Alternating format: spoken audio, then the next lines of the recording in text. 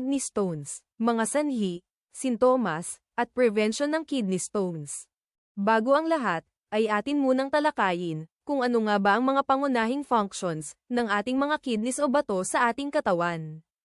Ang mga kidneys ay dalawang bean-shaped organs sa ating renal system. Ang ating mga bato ay may maraming mahahalagang tungkulin na ginagampanan. Nililinis ito ang mga lason at dumi sa ating dugo. Samantalang ang mga waste o dumi naman ay inilalabas ng ating katawan sa pamamagitan ng ating ihi. Kasama sa mga waste products na ito ay ang nitrogen waste o urea, muscle waste o creatinine, at mga acids. Bukod pa dito, ang ating mga bato ay nagpapanatili ng overall fluid balance.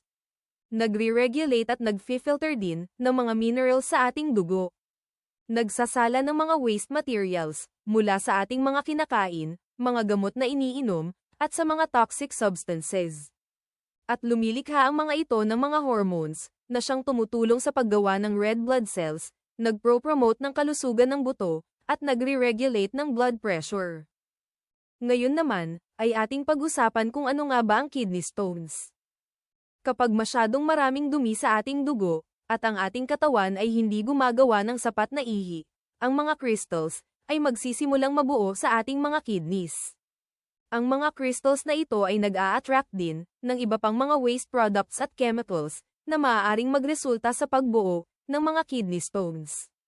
Matapos itong mabuo, ang mga bato ay maaaring manatili sa kidney, o kaya naman ay maglakbay pababa sa urinary tract patungo sa ureter.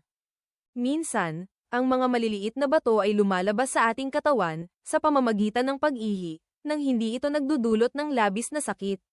Ngunit ang mga batong hindi gumagalaw ay maaaring magdulot ng pag-back up ng ihi sa kidney, ureter, bladder, o urethra, na siyang nagdudulot ng matinding sakit sa mga taong may ganitong kondisyon. Pag-usapan naman natin kung ano ang mga sanhi at risk factors ng pagkakaroon ng kidney stones. Maraming bagay ang maaaring magpataas ng ating panganib na magkaroon ng kondisyon sa bato. Dahil kahit sino ay maaaring magkaroon ng kidney stones. Ngunit ang mga sumusunod na kadahilanan ay maaaring magpataas ng tsansa na magkaroon ka nito. May family history ng kidney stones. Hindi pag-inom ng sapat na tubig. Pagkonsumo ng maraming protina, sodium o asin, at asukal. Pagiging overweight. Pagkakaroon ng diabetes. Pagkakaroon ng mataas na presyon ng dugo, o high blood pressure. Pagkakaroon ng inflammatory bowel disease, gaya ng Crohn's disease, at ulcerative colitis.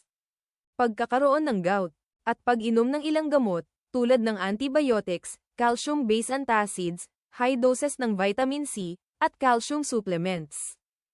Dumako naman tayo sa mga sintomas ng kidney stones. Kung mayroon kang maliliit na stones, ay maaari itong lumabas sa iyong katawan sa pamamagitan ng pag-ihi. Maaaring wala kang maramdaman na anumang sintomas, at marahil ay hindi mo rin alam na mayroon ka na pala nito. Ang mga mas malalaking bato naman, ay hindi madaling mailabas, at maaari itong humadlang sa iyong pag-ihi, na siyang nagdudulot ng mga sintomas, kabilang ang mga sumusunod. Masakit na pag-ihi. Pagkakaroon ng dugo sa ihi. Matinding pananakit ng likod at tagiliran, na maaaring umabot sa groin o singit. Pananakit ng tiyan na hindi nawawala. Pagduduwal o pagsusuka. Pagkakaroon ng lagnat o chills. Cloudy o kaya naman ay may amoy na ihi. Kung nagkakaroon ka ng alinman sa mga sintomas na nabanggit, ay makabubuti na makipag-ugnayan agad sa doktor.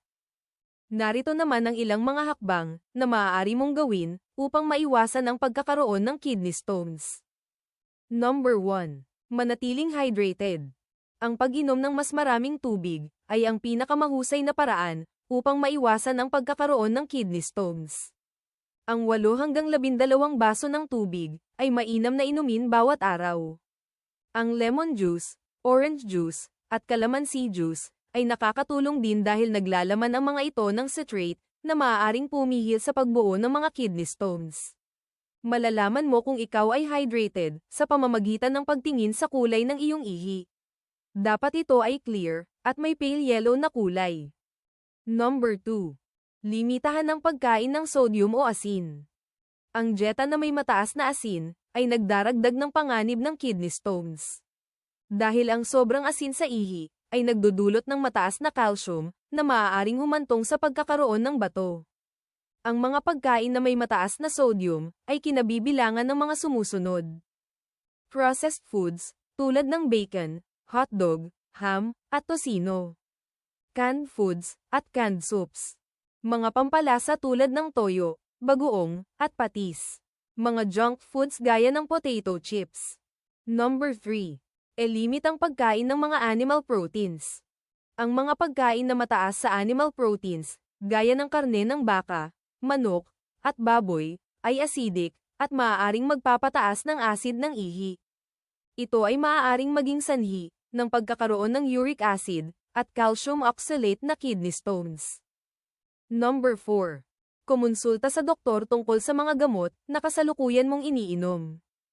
Ang pag-inom ng ilang partikular na gamot o over-the-counter drugs ay maaaring magresulta sa pagkakaroon ng kidney stones.